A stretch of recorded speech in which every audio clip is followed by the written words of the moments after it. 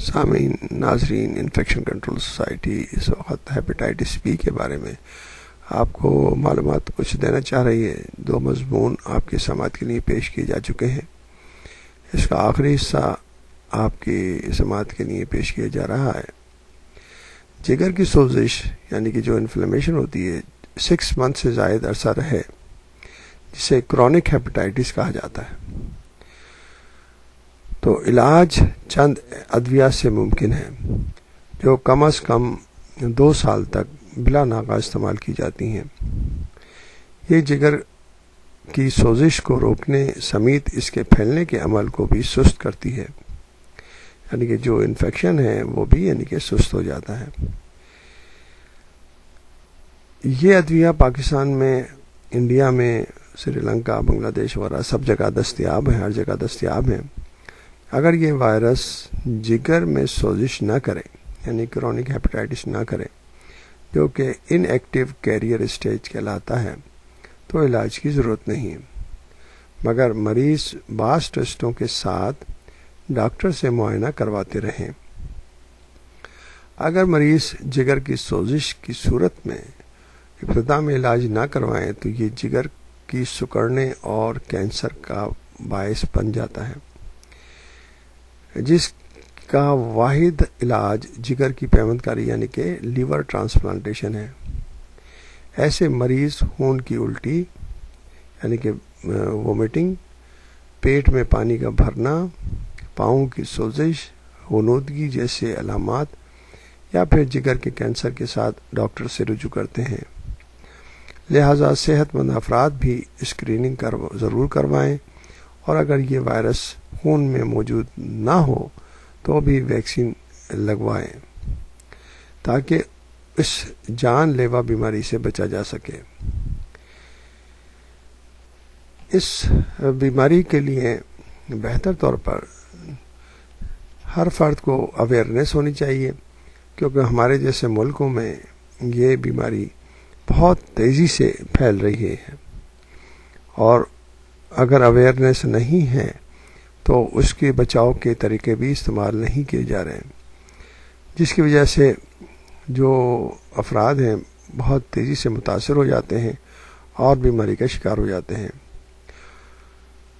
مرض اس وقت یعنی کہ سامنے آتا ہے جب بہت دیر ہو چکی ہوتی ہے، جب کمپلیکیشن پیدا ہو جاتی ہیں۔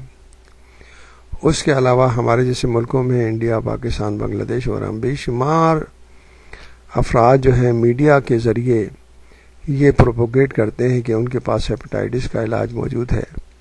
اور ہیپیٹائٹس سے اتنے مریضوں کو ٹھیک کیا گیا ہے۔ باقاعدہ 1 گھنٹے کے پروگرام دیے جاتے ہیں ایسے جعلی حکیموں کے، اس قسم کی شعبدے بازوں کے، اور اتنے اچھے ماحول میں دکھایا جاتا ہے، مریضوں کے انٹرویو دکھائے جاتے ہیں کہ مریض ان کے پاس گئے، ان کی حالت ایسی تھی وہ چل پھر نہیں سکتے تھے، اور ان ڈاکٹر صاحب کی علاج کی وجہ سے وہ بالکل صحت و توانا ہو گئے ہیں۔ اس طرح غلط طریقے سے لوگوں کو جو ہے وہ اٹریکٹ کیا جاتا ہے۔ تو ان سب کے کنٹرول کرنے کے لیے حکومت کی ذمہ داری ہے کہ وہ ان سب شعبدے بازوں کو، ان سب قسم کے جعلی لوگوں کو، کیس کو کنٹرول کرنے کی کوشش کریں، جو ہزاروں نہیں لاکھوں روپیہ لوگوں سے بٹور لیتے ہیں، اور مریضوں کو آخری اسٹیج پر جب وہ پہنچ جاتے ہیں تو ان کو کچھ اور کہانی سنا کر ان سے اپنی گلو خلاصی کی جاتی ہے، اور ان کو کہا جاتا ہے کہ آپ جو نا ہاسپٹل چلے جائیں، ادھر چلے جائیں، وہاں چلے جائیں۔ تو یہ سب مسائل سمجھنے کے لیے ضروری ہے کہ ایسے لوگوں کے اس میں نہ پڑا جائے، کیونکہ جیسے کہ ہم نے پہلے بھی کئی بیماریوں کے بارے میں بتایا کہ جو کہ کرونک بیماریاں ہیں، جو لمبی بیماریاں ہیں، ان کے اگر علاج کسی کے پاس موجود ہوں تو اس کو بڑے سے بڑا دنیا کا انعام مل سکتا ہے، بڑے سے بڑے یعنی کہ ان کو دنیا میں مشہوری ہو سکتی ہے، اور ان کے جو نا میڈیسن کو بڑا یعنی کہ دنیا میں ریکوائرمنٹ ہے، تاکہ جو ہے اتنے زیادہ مریض ہیں ان کا علاج کیا جا سکے۔ تو ایسا خیر کوئی ایسی چیز ہے نہیں، مگر اس طرح یعنی کہ جو نجی ٹی وی چینلز کھل گئے ہیں، ان کے اندر جو نا ایڈورٹائزمنٹ کر کے، اور اس طرح یعنی کہ اخباروں میں اور نیوز لیٹرز کے اندر جو ہے نا وہ پبلسٹی کر کے غلط طریقے سے لوگوں کو اپنے جال میں پھنسا لیتے ہیں. اسی طرح دیواروں پہ پوسٹرز، جگہ جگہ پوسٹرز لگا کر بھی لوگوں کو اٹریکٹ کیا جاتا ہے. تو عام لوگوں کو چاہیے کہ اس قسم کے غیر مستند لوگوں کے پاس نہ جائیں اور اپنا پیسہ اور اپنا ٹائم، اپنی صحت کو برباد نہ کریں.